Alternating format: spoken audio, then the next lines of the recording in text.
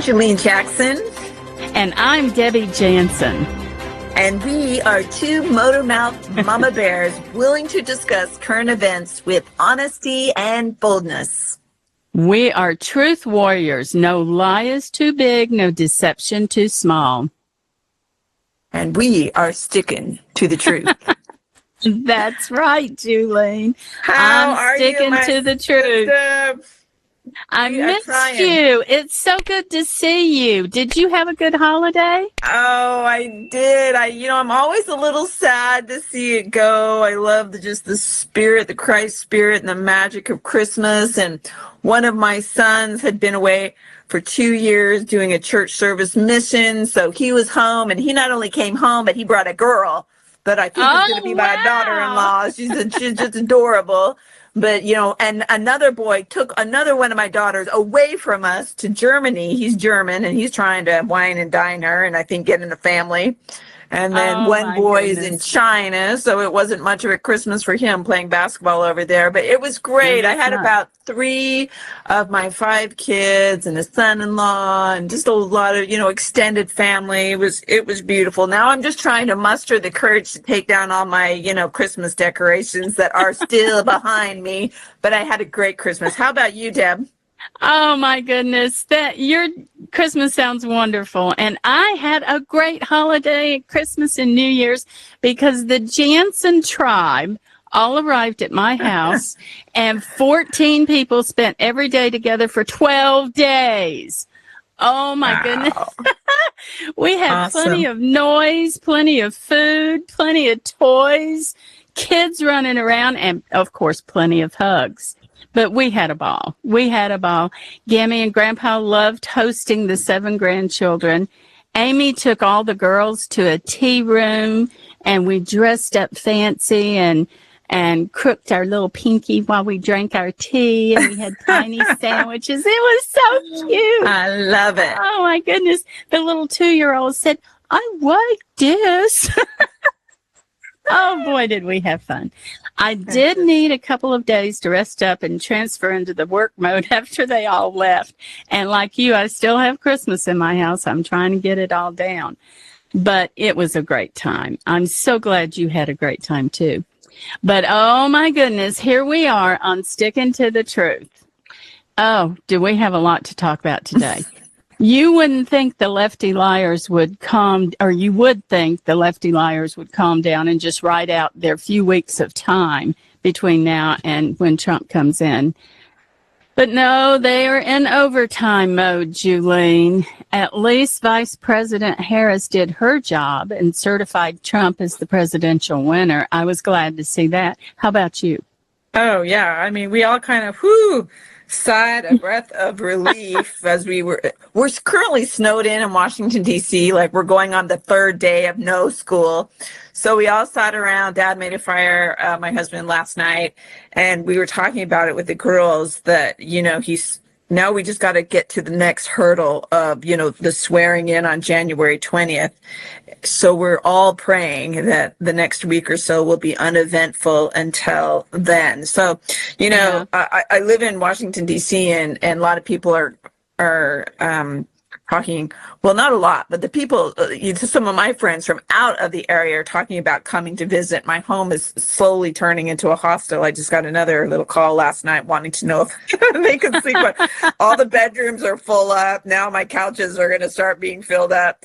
But clearly Biden is trying to squeeze in every last minute left in his presidency, as each day he's kind of trying a new shenanigan or putting forth a new something, Yeah.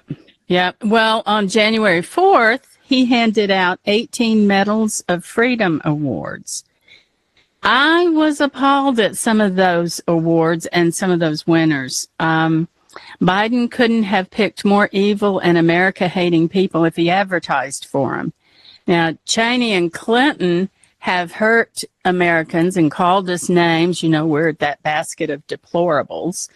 But George Soros is different. George Soros needs to be put away, not honored. According to the Tribune, George Soros is a liberal activist billionaire whom Republicans have cast as the party's evil puppet master. Well, you know what? That's not a lie. He is. I've read a lot about him, and Soros does give billions to elect the left, and he has total radical ideas. And he does require specific actions for the money that he gives. His goal is to destroy America because that's what he does. He goes into successful countries and works within their government to take that country down. I don't know if he makes money when he takes them down. I haven't been able to find true evidence on why he does this, but there's a lot of evidence on the fact that he does. And all you have to do is look at the results, Julaine. Dive deep into a politician that promotes the most ludicrous policies for America, like not putting thieves or murderers in jail. And if you look deep into that, you'll probably find that they're supported by Soros. I wish we could ban the Soros family from doing anything in America. But instead of banning them, Biden gives him a medal, which, what does that do when you look at a person's actions and they're up at a podium saying, oh, I love America and America's the best, but then they do something to destroy America? You connect the two and you find out, that person behind the podium is lying to me. So most of the other medal recipients were left supporters, and I think he was probably doing that to say, well, you supported the Democratic Party, so I'm going to give you a medal. So as with everything else, Biden is simply paying off his supporters. Although I do think Denzel Washington is a good man, and I'm not sure that he's a supporter, so I appreciate that he got that. I think he's a good man. But I guess evil people have to get their money from somewhere. I just don't think it should be our government. What do you think about the medals, Julaine? Yeah, I think you're spot on with Soros. I do not think he loves America. He's what I refer to as a master planner. He wants to dismantle and remake America, and not remake it to greatness, but to fundamentally change it from the inside out. And so he has kind of weaseled his way in to, he is one of the elites, and he, I believe, is calling the shots and pulling the strings in a lot of policy and laws and so forth. And so, I think that whole presidential medals of freedom are interesting. I think 19 people got those, and they get them for, exemplary contributions to the United States and blah, blah, blah, a bunch of other things, and world peace. I saw that they threw in that. And so it was like Bono, the rock star, and Michael Jordan. No, not Michael Jordan, Magic Johnson, and the Fox guy, who is some actor, he's an actor, and then some designers, and even Messi, the famous soccer player, and the science guy, Bill Nye. When it comes to, I saw Denzel Washington too, and my husband and I, we took note of that, because I'm not going to lie, Debbie. Some people Well, you better not lie. Because we're sticking to the truth. Some people have said my Al, my sweetheart of 31 years, kind of looks like Denzel Washington. And whenever someone says that, he puffs his chest up a little bit. But I've always liked Denzel because when I hear him speak, he espouses traditional biblical values of honesty and integrity and fidelity and strong families. And I know he's done great work with the Boys and Girls Club for the last 25 years. But, I do think that Biden reveals his values and his heart when he goes on to give a Soros or a Hillary Clinton, or even a gentleman who's a real advocate of advancing the LGBTQ community, Tim Gill. And so, it just gives it all away. It kind of spoils it for everyone else, even though, they might not all be lefty liars, as you say. Yeah. But, it definitely muddies the waters of that presidential Medal of Freedom, I think. Yeah, I agree with you. I totally agree with you. But I want to go back to something you said. You surprised me with it, and it brought up some memories. Ron and I took a class from you and Al on the Naked Communist, and what was the one after that? Naked capitalist. The Naked Capitalist. And in it, you talked about master planners who have tried for, hundreds of years to take America down. And it's interesting that you would say that Soros was doing that. So I want to tell everybody that's listening, all our listeners, go to momsforamerica.us and go to the classes. You probably have to put your name in to get them, but you get them for free. And take those 2 classes because, Julene, you and Al do a fantastic job of explaining how this country has been attacked from within. But you also were so encouraging in that I was convinced 100% that God has helped us stop those people from doing what they were trying to do. And America has continued with its freedoms and with all of the basics that we enjoy here. And so, all of our listeners, go take those classes. Your mind will be blown away. So on the next thing, a lot of news stories have brought up the assumption that Biden is trying to make things difficult for incoming Trump. I agree. He's trying to burn the house down before he leaves. What do you think? Well, I think I just saw on Monday, it's Wednesday today, that Biden put forth a ban on offshore drilling. And really, the ban isn't even going to impact where the large swath of drilling is going on in the Gulf of Mexico. But, and the interesting thing is, when Trump was in office, he too put forth protections about drilling, off the coast of Florida or California or Georgia. But when Trump was asked about this ban that just occurred 2 days ago, he said, I can correct it in one day. I'm going to unban it immediately on the first day. So, I think all this flurry of activity that Biden is trying to do is not going to stick, Yeah. Well, I hope you are right. I hope that I read one story that said it was done under some law that's 50 years old and they would have to have Congress approval to unban it. I hope that's not true. I hope we can just flip it and keep moving forward, because I do believe what Trump says. If he baby drills, that the prices are going to start coming down, because I was a business person. I was out there doing business, and when you have to pay more for shipping, like right now on my books, when I have to pay more to ship a book to somebody, I have to up the price, or it cuts into the fact that I don't get any profit on the book. So it's very important that we have the transportation and shipping capabilities and that they are inexpensive across our country. Yeah. But don't you agree?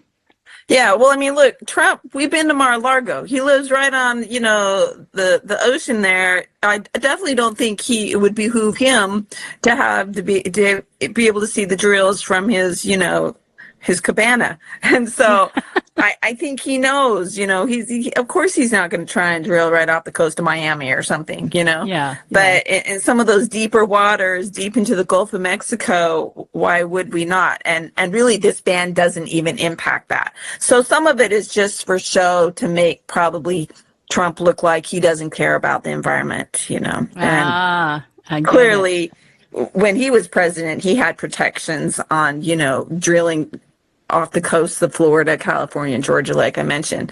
So I just think, they're trying to paint him, as a demon again, Yeah. like a man. Well, it seems like they just want to make a show. It's smoke and mirrors, and I don't like that kind of thing, because that seems like a lie to me.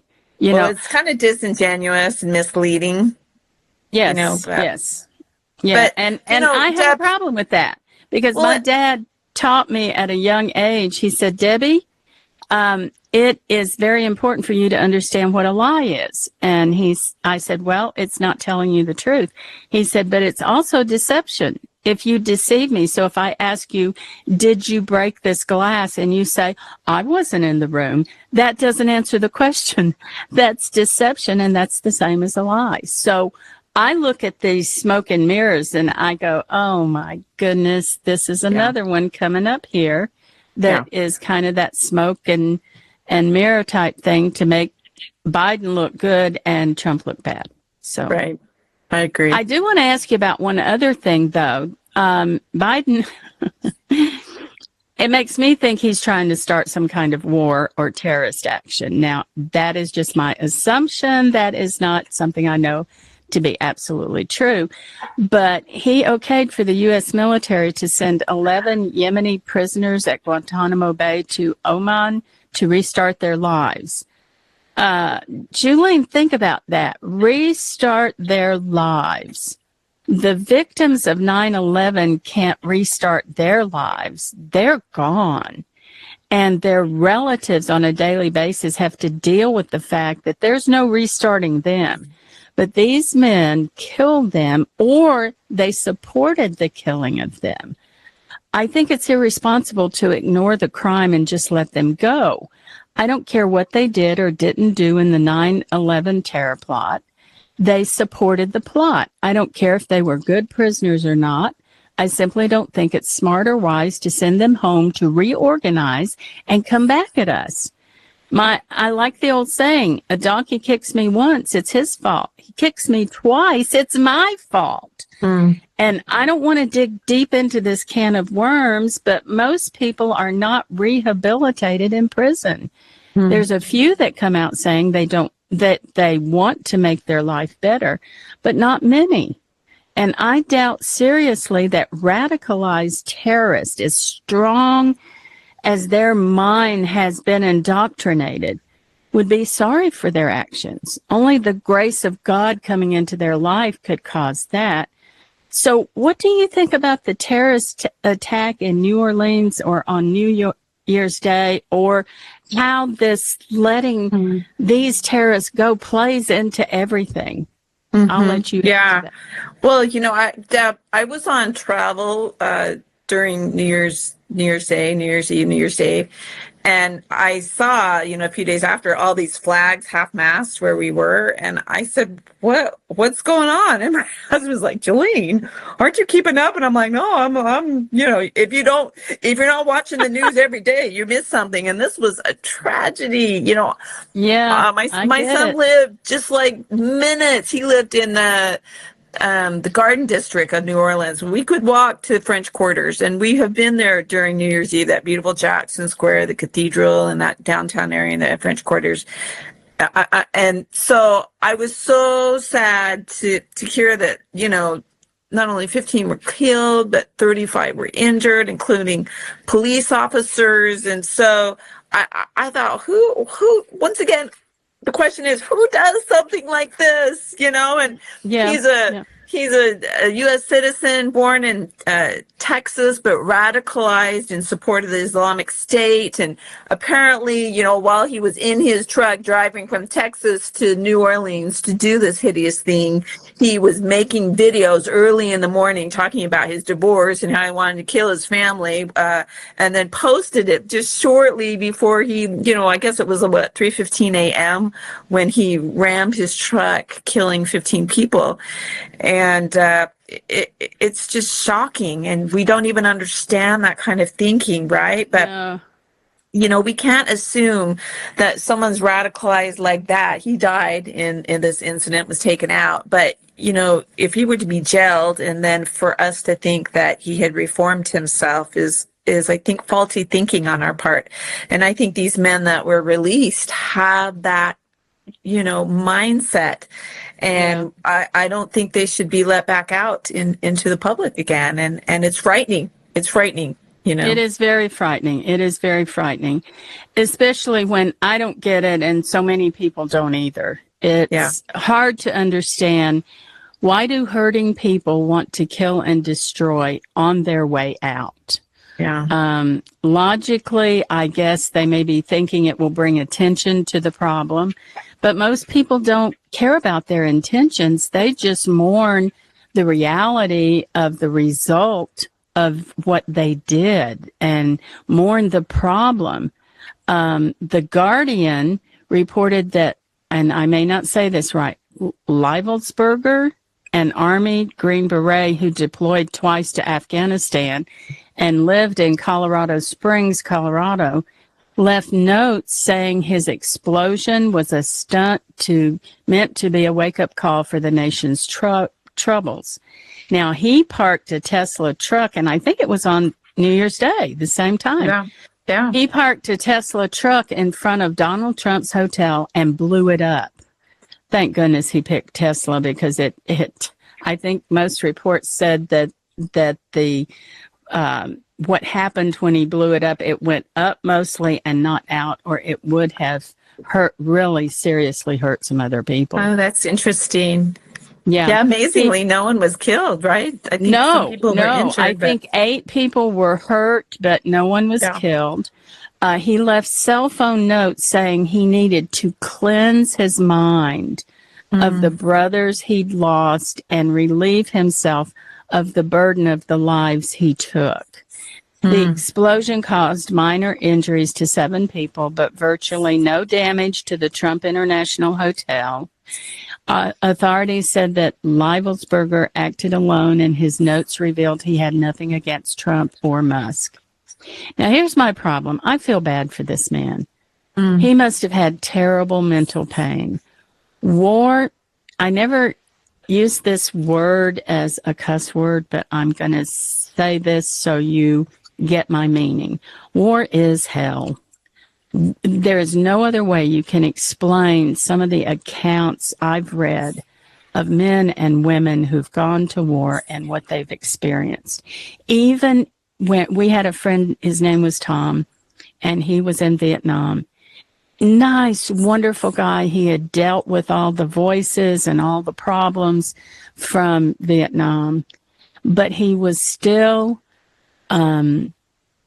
mentally, he would have bad dreams. He would have times when he would leave for a few minutes and come back, and you could tell something had happened, and that PTSD, he was sweaty, he was having a hard time. But other than that, he was happy-go-lucky, sweet guy. War leaves its stain on anybody that goes through the process of, I have to kill people that I don't know their lives, but I have to kill them on the other side. War is hell. But as I've witnessed the horrific mental strain of war dealt with, I've also met people who do it properly, and Tom was one of them. But I've watched several men deal with it the right way. Now, I have a cousin that was a Green Beret in Afghanistan. He's a Christian, and he was a sniper. Can you imagine what he had to do and how he had to take care of his men? After fighting big battles, he would call his mom and thank her for praying for him. Ron and I had lunch with him in an outdoor cafe. He'd been home for several months, but he was still nervous. He sat with his back to the wall, and we watched as he constantly surveyed the crowd. So we're trying to talk to him. He's trying to talk to us, and he's like this the whole time. He never quite looked straight at our face. He was just looking around, and he would look up, and he would look over. And I smiled and put my hand on his, and I asked him, I said, "Are you okay?" He said, "Yes, God is helping me. Over there, you have to be on guard all the time. Anyone can emerge determined to kill, and my trust level is still at 0. So I smiled, and I took his hand, and I said, "Thank you for your service. I'm sorry you're still hurting, but Ron and I will pray for you." And his eyes glistened over with tears. And he said, "That's a real solution." Now, today, he's married, he's happy, he's healed, and he's whole. I believe that there's a solution to every problem. We do not have to go to the point of killing other people. That's a lie. You don't have to go to the point of hurting others because you're so hurt inside. So on this issue, I am sad that both of these men couldn't find a solution. But I want to encourage anyone who is fighting depression or the demons from war or the personal failures that we all face, there is an answer. You don't have to live that way. Jesus Christ can help you. Friends can help you. Counselors can help you. You don't have to live that way, and you don't have to take other people's lives. Do you agree, Julene? Oh, that's so beautiful. What a powerful testimony. I just want to second your powerful words. You know, I've seen a grandfather still suffer through the effects, not a grandfather, a father-in-law. He's 80 years old, the effects of Vietnam, a brother who served the warfighter in Iraq and Afghanistan for 8 years, a sister who's had debilitating, depression, and all of them came through it because they stayed the course, Deb, and they turned to the master healer. And they, at some point you just got to let go and let God take over and put the pain and the sickness and the anxiety and whatever in his hands. And that's where the healing begins. And it's not easy. It doesn't happen overnight. That's for sure. No, it's not easy. You are exactly right. And, it's not just the big things that we face in life. It's also the little things. When you get your feelings hurt, or when somebody, I like the old saying about somebody missed my bat today. So, like you're standing with your bat ready to play ball, and they throw the ball and they miss your bat. And some days are going to be like that, Deb. Yeah, and some people get so mad about that. Yeah. But you don't have to. You can pray your way through it. You can read good material. You can listen to good friends, and you can get through those kind of issues. Yeah. So please do that. Don't let anger and depression and frustration get you down. There's a better way to live. So, Julene, let's get down to the sticking to the truth issue. It's a big one we need to tackle today. I feel a deep hope in this country and that things are about to get better. I believe it is. I am so grateful for the new common sense policies that are coming to America on January 20th. It makes me feel good, and I believe it has caused a lot of hope for most Americans. Even governments around the world are hopping on the America First train. Trump is already working hard to get investors to invest in America. I think he's up to $4 billion that have been promised, so prosperity is probably on the way. But at the same time, here we go again with the lies. You would think the left media would pay attention to what the election revealed, which is don't lie to the American people. We get it. We know when you're lying, but no, the lying continues. They said Trump was angry when he gave a 1-hour news interview yesterday. I watched the whole interview. He wasn't angry in any way. He was definite. He had purpose. He was confident. He just answered the questions. He stated what he was going to do and didn't apologize for it. So it's a lie, and I don't get why they keep promoting lies that are so easy to see. Do you know why, Julene? I don't know why, but clearly America is seeing, and we know they saw because they reelected him and they spoke when they went into those ballots, and that was, just a few months ago. So they're not being duped the way we might fear they are. I do think, though, the mainstream media or social media or, radicalized Democrats, if we want to call them that, maybe need to be a little bit more self-reflective instead of trying to continue with their old tricks of fake news and defamation, because we're waking up and we're seeing it for what it is. I totally agree. So, Julene, if evil will always be with us, and if the left media is at it again, what can we do? You and I talked yesterday about how every presidency is temporary. Now, some people go, what?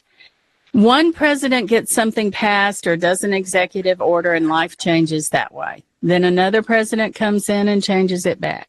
It's like every 4 to 8 years, America rocks on a teeter-totter, up, down, over here. No, go over there. Yeah. We need something stronger than flip-flops. We Yeah. need change that lasts. Yeah. I agree with all of the common sense stuff. How can we make a better society and then get it to stick?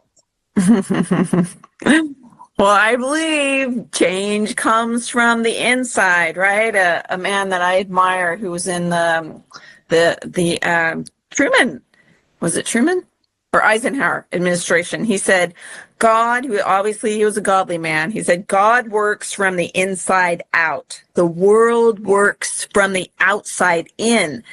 So, the world would want to take people out of the slums, so to speak, but it's Christ that takes the slums out of people. And then they I love that. I love that. Themselves, all right, out of the slums. We don't need a government program to do this. And he said, look, the world wants to mold men by changing their environment, by passing more laws or more mandates, more regulation. But God changes men. And once God changes you, then you can change your own environment. All right.